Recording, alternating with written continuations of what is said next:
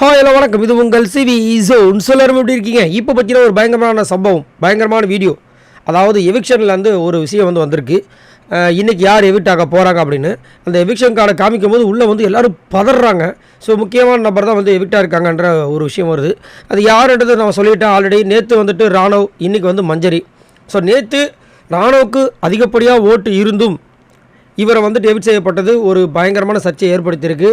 ஏன் அப்படின்னா நம்ம ஓட்டிங் அனாலிசிஸ் கொடுத்துட்ருக்கோம், எல்லாருக்குமே தெரியும் ஓட்ஸ் அவருக்கு அதிகமாக தான் வந்துச்சு.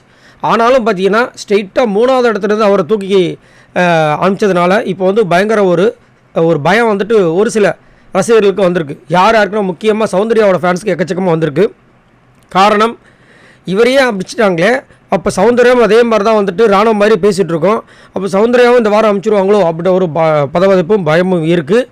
கண்டிப்பாக அது நடக்கிறதுக்கு வாய்ப்பு இருக்கான்னு கேட்டிங்கன்னா 50% தான் வாய்ப்பு இருக்குது, 50% வாய்ப்பு கிடையாது.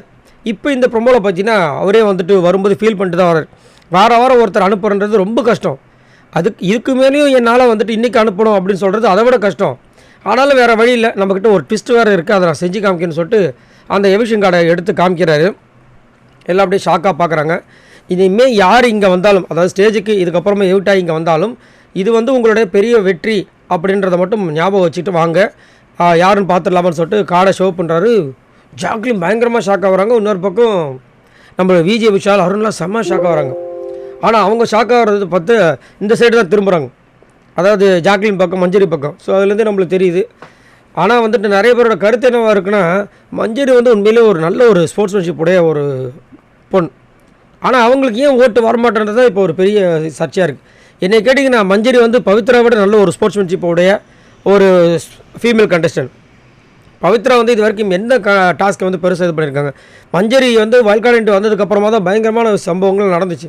ஆனாலும் பார்த்தீங்கன்னா பவித்ரா செய்யப்பட்டது வாரம் ரொம்ப இதுவாக இருக்குது.